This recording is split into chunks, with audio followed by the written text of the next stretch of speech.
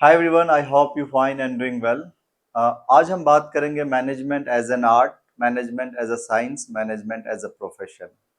Basically होता क्या है, किसी भी सब्जेक्ट को हम पर्टिकुलर कैटेगरीज में रखते हैं। साइंस कहते हैं, आर्ट कहते हैं या प्रोफेशन कहते हैं, क्योंकि वो कुछ क्राइटेरिया फुलफिल करता है। जैसे हिस्ट्री को हम आर्ट कहते हैं, या फिर डांस इज एन आर्ट। क्यों कहते हैं? क्योंकि वो कुछ क्राइटेरिया फुलफिल करता है। साइंस को हम साइंस इसलिए कहते हैं क्योंकि साइंस कहलाने के लिए कुछ क्राइटेरिया होता है, वो फुलफिल करता है। तो इन द सेम वे जो management as a subject of study, क्या इसका नेचर कैसा है? ये आर्ट है, साइंस है, या दोनों है? ठीक है। उसी तरह से प्रोफेशन कहलाने के लिए, किसी भी ऑक्यूपेशन को प्रोफेशन कहलाने के लिए एक पर्टिकुलर क्राइटेरिया फुलफिल करना होता है। ओके। तो मैनेजमेंट एज अ प्रोफेशन है कि नहीं है, हम टेस्ट करेंगे, फिर उसके बाद हम कंक्लूड करेंगे। ओके। तो सबसे पहले मैनेजमेंट एज एन आर्ट, क्या ये आर्ट कहला सकता है या नहीं कहला सकता है? तो एज अ नेचर आपका जो अगला टॉपिक होता है सब, तो मैनेजमेंट एज एन आर्ट, तो हम देखते हैं एज आर्ट, क्या ये आर्ट है या नहीं है? ठीक है। तो आर्ट कहलाने के लिए जो क्राइटेरिया होता है या आर्ट क्या होता है, सबसे पहले हम उसे देखेंगे। अगर आर्ट की बात करें, art is skilful and personalised, और पर्सनल एप्लीकेशन कह सकते हैं, personal application of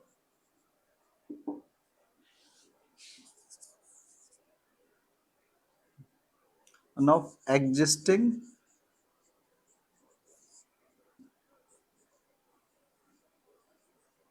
knowledge to achieve desired result। Okay. ये आर्ट का डिफिनेशन है जो आपके एनसीईआरटी बुक में फर्स्ट लाइन दे रखा है कि art is this, that is skilful and personalised application of existing knowledge to achieve desired result. Okay. अब बात करें तो डिजायर्ड रिजल्ट है कि what we want to achieve, तो उसका सबसे पहले तो एग्जिस्टिंग नॉलेज होगा। एग्जिस्टिंग नॉलेज का मतलब होता है कुछ बॉडी ऑफ नॉलेज, उसका लिटरेचर अवेलेबल होगा। से for example dance is an art, तो डांस ऐसा नहीं है कि कुछ भी कर देंगे मूवमेंट वो डांस कहलाएगा। तो डांस का कुछ लिटरेचर अवेलेबल है कि भरतनाट्यम कैसा होता है, क्लासिकल कैसा होगा, हिप हॉप, जैज, उसका मूवमेंट कैसा होता है, भंगड़ा कैसा होता है, मतलब डिफरेंट काइंड्स ऑफ, अगर हम इंडिया में रह रहे हैं तो उसका लिटरेचर अवेलेबल है। ऐसा नहीं है कि कुछ भी कर दें वो हमारा डांस कहलाएगा। ठीक है। इसीलिए हम इसी तरह से पेंटिंग का कुछ ना कुछ थियोरेटिकल नॉलेज एग्जिस्ट करता है, तभी हम उसे आर्ट कहते हैं। अब उसी का क्या होता है ना, स्किलफुल एंड पर्सनलाइज्ड एप्लीकेशन। एक तो उसमें स्किल्स एंड क्रिएटिविटी का यूज होता है, दूसरा पर्सनलाइज्ड, हर आदमी सबका डांस वेरी करता है, even the same dance, Bharatanatyam, whatever, bhangra, सबका जो कुछ ना कुछ वेरिएशंस होता है, it varies from person to person, because everybody uses this knowledge personally, that is the personalized application of this existing knowledge. Okay, that's why the dance or painting of different person varies from each other, तो that is an art। अब art कहलाने के लिए जो criteria है या features, criteria of art, ठीक है, ये तो हमने सिर्फ डिफाइन किया। अब क्राइटेरिया क्या है? सबसे पहला है कि एग्जिस्टेंस ऑफ थियोरेटिकल नॉलेज, जो आपके बुक में दे रखा है, एग्जिस्टेंस ऑफ थियोरेटिकल नॉलेज। एक तो एग्जिस्टेंस ऑफ थियोरेटिकल नॉलेज होगा ही होगा उसका, ठीक है, पहला क्राइटेरिया है कि उसका कुछ लिटरेचर अवेलेबल होगा, उसके बारे में कुछ इंफॉर्मेशन जो लोग सीखना चाहते हैं। दूसरा है personalised application.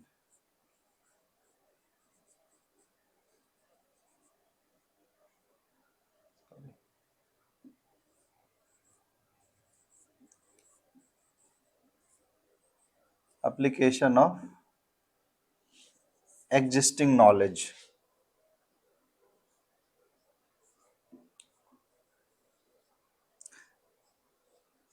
You know that हर आदमी पर्सनलाइज एप्लीकेशन करता है. एवरीबॉडी नोज कि हाउ टू एक्ट, बट सबकी एक्टिंग अलग होती है, स्टाइल ऑफ पेंटिंग अलग होता है, ठीक है, डांसिंग अलग होता है, जो पब्लिक स्पीकिंग होता है दैट इज वो भी एक आर्ट है, क्योंकि डिफरेंट पर्सन अलग अलग तरीके से उसको परफॉर्म करते हैं.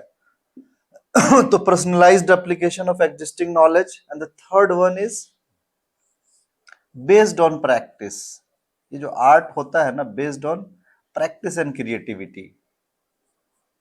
ये प्रैक्टिस पे बेस्ड है एंड क्रिएटिविटी. सारे लोग अपना कुछ अलग क्रिएट करते हैं, क्रिएटिविटी का यूज करते हैं, ठीक है. वो चाहे तो उसको इम्प्रूव कर ले अलग अलग स्टाइल में. तो these are the three criteria to be called an a subject और एनीथिंग आर्ट. अब management as a subject of study art है कि नहीं है, ओके आपको ये देखना है इस टॉपिक पे. ठीक है. क्या आप कह सकते हो मैनेजमेंट को आर्ट? मैनेजमेंट का तो थ्योरीज अवेलेबल है, एग्जिस्टेंस ऑफ नॉलेज है, क्योंकि बहुत सारे जो मैनेजमेंट के क्लासिकल थ्योरिस्ट हैं like Henry Fayol, F W. Taylor, उसके बाद मतलब डिफरेंट जो सब्जेक्ट जो मैनेजमेंट में इंक्लूड हुआ है, तो मैनेजमेंट का एक थ्योरीज एंड प्रिंसिपल अवेलेबल है. ये पहला क्राइटेरिया फुलफिल करता है, personalised application of existing knowledge. जो मैनेजर होता है वो पर्सनलाइज्ड एप्लीकेशन करता है. हर मैनेजर का जो अपने जो मैनेजमेंट का थ्योरीज एंड प्रिंसिपल है जो यूज करता है, स्टाइल अलग होता है, डिफरेंट स्टाइल से मैनेज करता है, सेम. तो पर्सनलाइज्ड एप्लीकेशन तो होता है. मैनेजमेंट और manager uses this theory personally और according to their interest, according to their creativity and whatever, based on the practice and the creativity.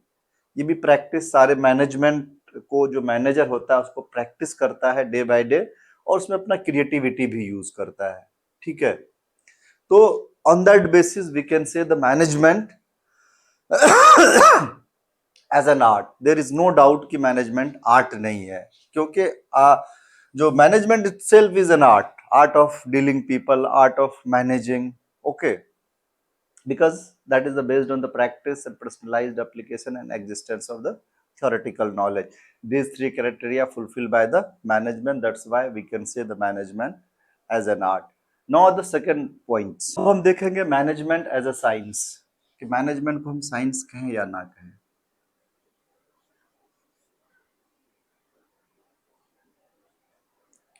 Okay,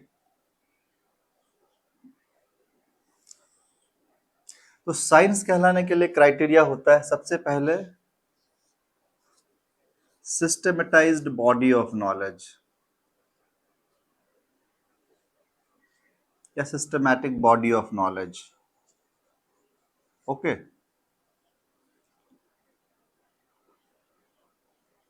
अब जो बॉडी ऑफ नॉलेज होता है that is collection of the topic of particular subject, ठीक है, या collection of knowledge information of a particular subject.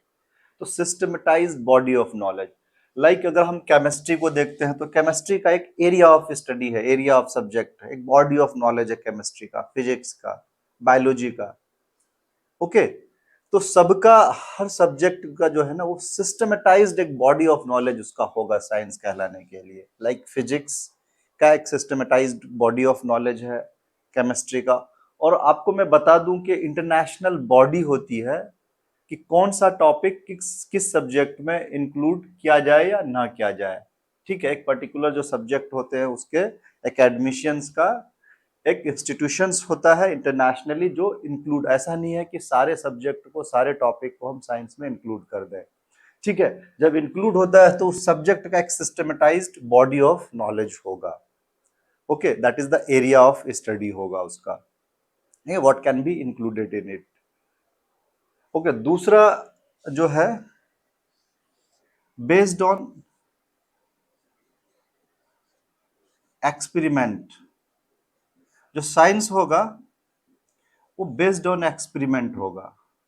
जो उसके result आएंगे, जो भी चीज हम कहते हैं, अगर कोई थ्योरीज डेवलप होगा that will be based on the experiment. ठीक है, एक्सपेरिमेंट का मतलब होता है जैसे केमिकल रिएक्शन करवाते हैं, उसका कुछ रिजल्ट आता है, लाइक ग्रेविटेशनल फोर्स है on the basis of experiment. ठीक है, जितना भी अर्थ rotates on its axis, that is on the experiment.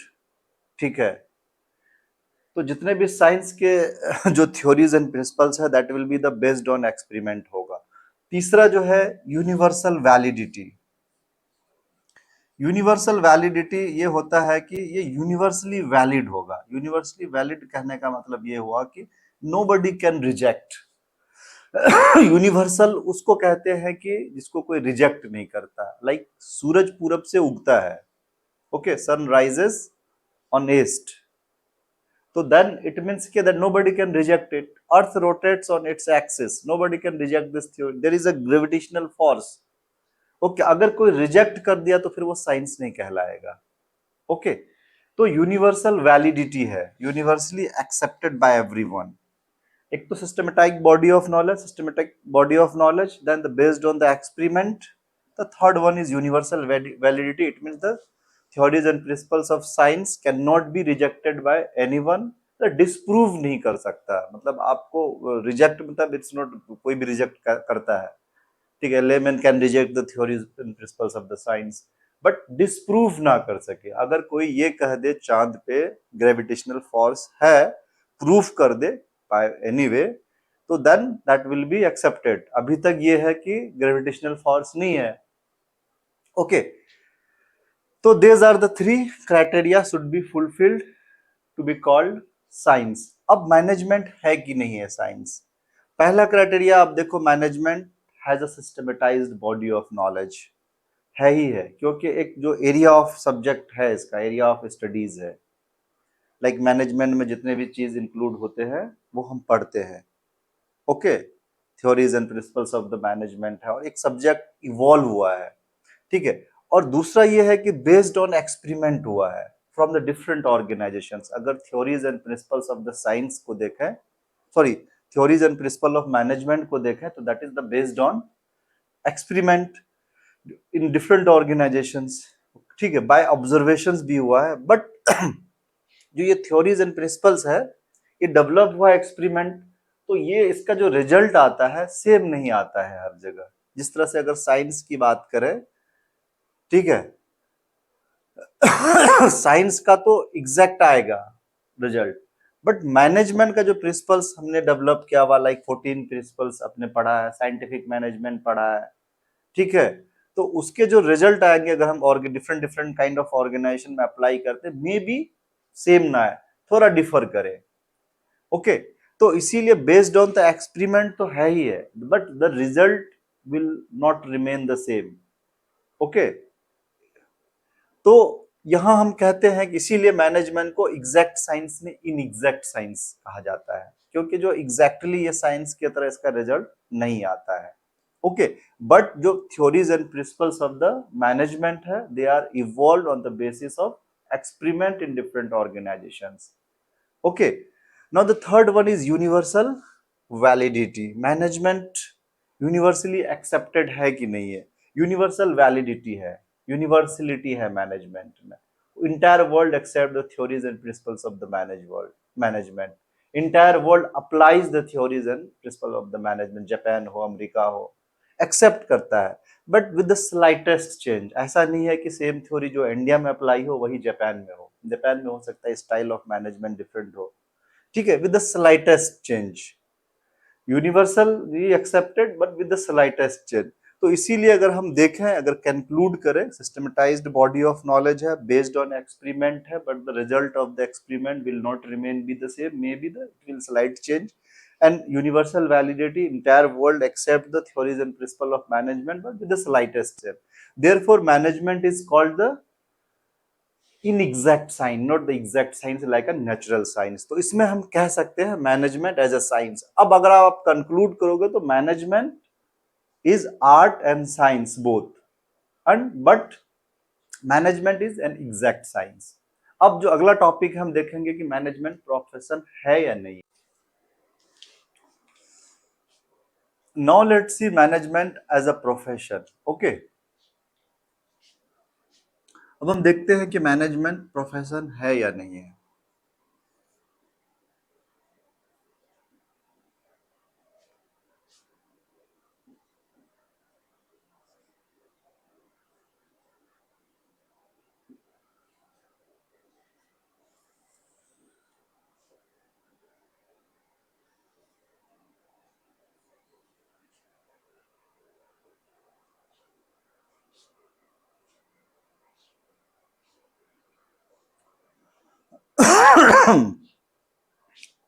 तो मैनेजमेंट को प्रोफेशन या प्रोफेशन कहलाने के लिए क्या क्या क्राइटेरिया है, सबसे पहले आप देखो।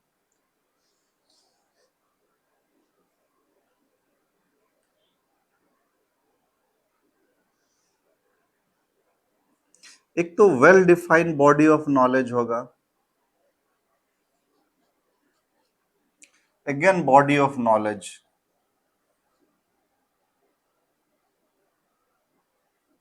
ठीक है।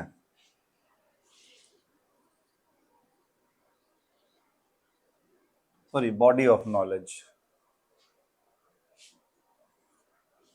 तो बॉडी ऑफ नॉलेज को मैंने बताया कि that is collection of information of particular subject. क्या क्या इंक्लूड होगा, ये बहुत वेल डिफाइंड होना चाहिए, वेरी क्लियर क्रिस्टल्स के क्या क्या इंक्लूड होगा एक प्रोफेशन में। जैसे लॉयर एक प्रोफेशन है, ठीक है, एलएलबी कर रखा होता है।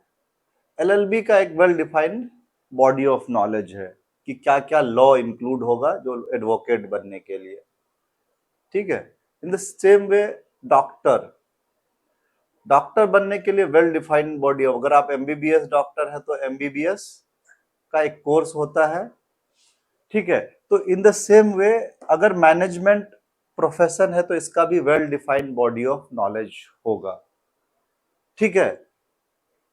तो अभी तो हम प्रोफेशन देख रहे हैं, प्रोफेशन कहलाने के लिए well defined body of knowledge होना चाहिए। दूसरा रिस्ट्रिक्टेड एंट्री है, restricted entry, okay. Restricted entry का मतलब यह हुआ कि हर कोई एंट्री नहीं कर सकता उस प्रोफेशन में। अब सब कोई एडवोकेट नहीं बन सकता, ठीक है। अगर वो एलएलबी कर रखा है तभी होगा, या प्रोफेशनल एसोसिएशन होगा। दो एलएलबी, सॉरी, एडवोकेट वही बन सकता है जिसके पास एलएलबी हो और बार काउंसिल का मेंबर हो। अब डॉक्टर वही बन सकता है जिसके पास एमबीबीएस या डॉक्टर बनने के लिए जो क्वालिफिकेशन होना चाहिए वो हो, उसके बाद मेडिकल काउंसिल ऑफ इंडिया का रजिस्ट्रेशन हो। हर आदमी नहीं बन सकता डॉक्टर, ठीक है। दैट इज रिस्ट्रिक्टेड प्रोफेशन कहलाने के लिए restricted entry. No, everyone cannot entered into this professions, only those who have the required qualifications and association. जो तीसरा क्राइटेरिया है एसोसिएशन ऑफ प्रोफेशनल बॉडीज।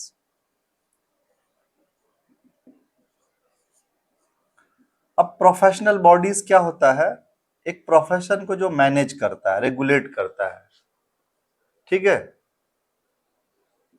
अब जैसे क्या है ना कि लॉयर को कौन रेगुलेट करता है, ठीक है, लीगल, बार काउंसिल, ये प्रोफेशनल बॉडी हो गया। मेडिकल या डॉक्टर प्रोफेशन को कौन करता है, मेडिकल एमसीआई, अभी शायद चेंज हो गया है, ठीक है, नया कोई बॉडी है, I forget, but MCI previously that was MCI, medical council of India.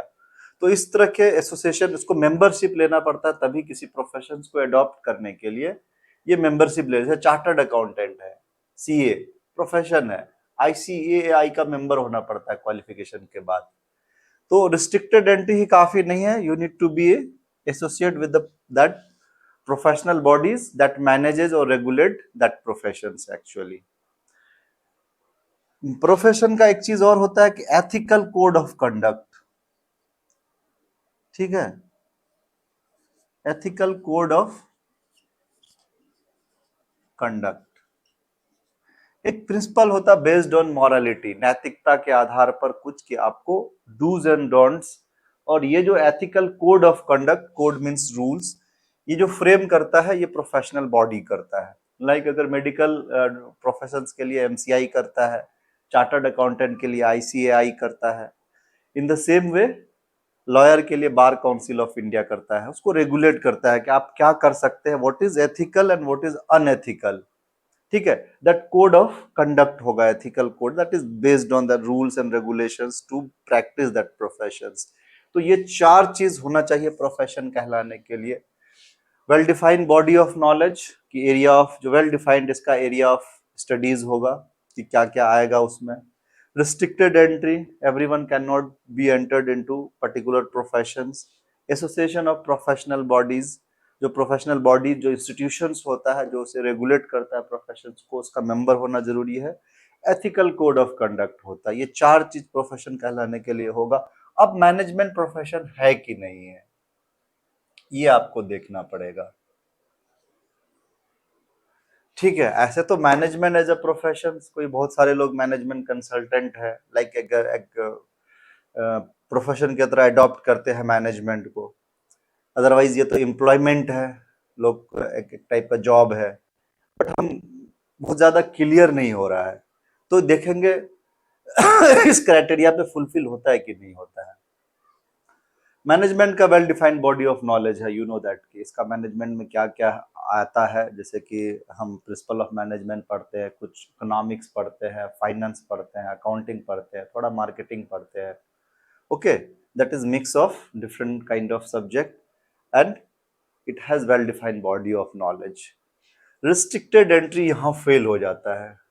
अगर हम टेस्ट करते हैं कि मैनेजमेंट में restricted entry, anyone can with even having a without qualification, से लोग एमबीए करते हैं, बीबीए करते हैं बस जरूरी नहीं है आप without having this qualification you can be a manager, आप मैनेजमेंट प्रोफेशन को अडॉप्ट कर सकते हैं। तो रिस्ट्रिक्टेड एंट्री नहीं है। एसोसिएशन ऑफ प्रोफेशनल बॉडीज, ये भी जरूरी नहीं है। ऐसे आईमा है, all India association of sorry all India management association, AIMA, ये एक प्रोफेशनल बॉडीज है, और भी दूसरे प्रोफेशनल बॉडीज है जो मैनेजमेंट के लिए guidelines, ethical code of conduct या थोड़ा बहुत रेगुलेट भी करता है। एक टाइप का नॉन प्रॉफिटेबल टाइप का ऑर्गेनाइजेशन है, but it's not like that. तो यहां भी पूरा है प्रोफेशनल बॉडीज, बट जरूरी नहीं है कि आप प्रोफेशनल बॉडी से एसोसिएट हो या मेंबरशिप लेना उसका जरूरी नहीं है, जबकि और सबके केस में है। ठीक है, तो यहां भी फेल हो जाता। तीसरा, एथिकल कोड ऑफ कंडक्ट, ऐसे AIMA ethical code of conduct design करता है, but it's not mandatory to follow, कोई वैसा नहीं है। तो कहीं ना कहीं ये तीन जो क्राइटेरिया है बहुत ज्यादा 100% फॉलो नहीं करता है। मैंने we can not say the management as a profession according to the criteria, but management is a profession, it is practised in the organisation like a profession.